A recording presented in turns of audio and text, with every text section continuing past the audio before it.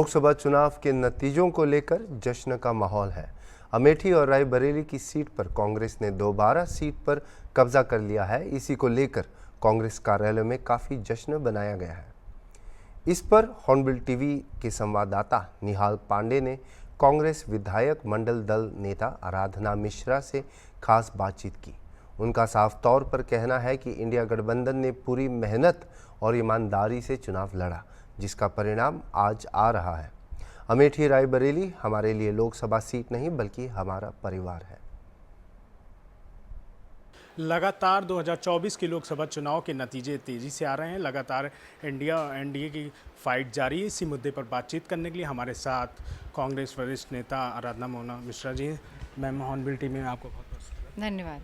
क्या लग रहा है मैम, लगातार फाइट जारी है, कांग्रेस कहीं ना कहीं बढ़त बढ़ा रही है इंडिया गठबंधन, इस पर क्या कुछ कहेंगे? ये इस देश की जनता ने एक निर्णायक भूमिका अदा करी और जिस तरह के परिणाम आए हैं, ये इस देश को बचाने के लिए, इस देश के संविधान को बचाने के लिए, बेरोज़गारी के खिलाफ जो लड़ाई थी, महंगाई के खिलाफ जो लड़ाई थी, किसानों के अधिकार के लिए जो लड़ाई लड़ी राहुल गांधी ने, अखिलेश यादव जी ने और पूरे गठबंधन ने, ये उसका परिणाम है।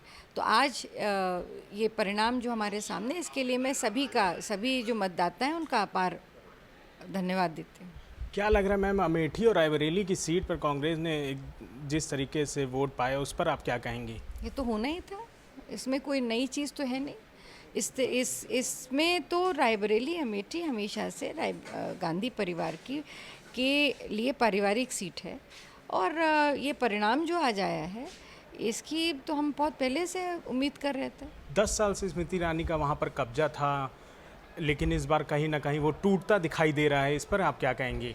किराएदार जो है घर का मालिक नहीं बन सकता। उन्होंने तो घर बनवा लिया है। मैंने कहा ना कि घर बनवाने से कोई मकान मालिक नहीं बन जाता है। अगर आप जा कर के चाइना में घर बना लेंगे तो आप वहाँ के नागरिक नहीं बन जाएंगे। वहाँ के देश के, वहाँ के लोगों को आपको स्वीकारना होगा।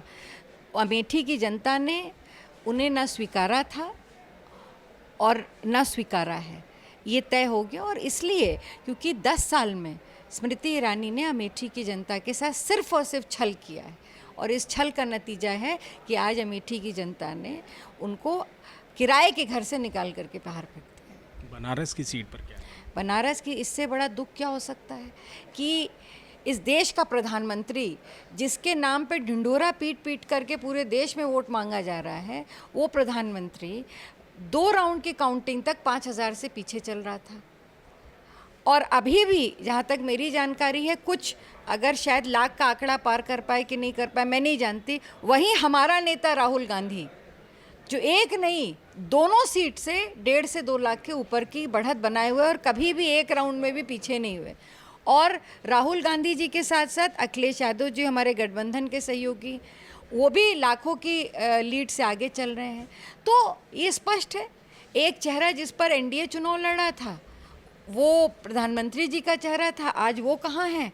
और एक तरफ जो गठबंधन का जो सहयोगी दल और हमारे नेता थे, आज वो लाखों की लीड से आगे चल रहे हैं। तो ये तो साफ फर्क दिखाई दे रहा है।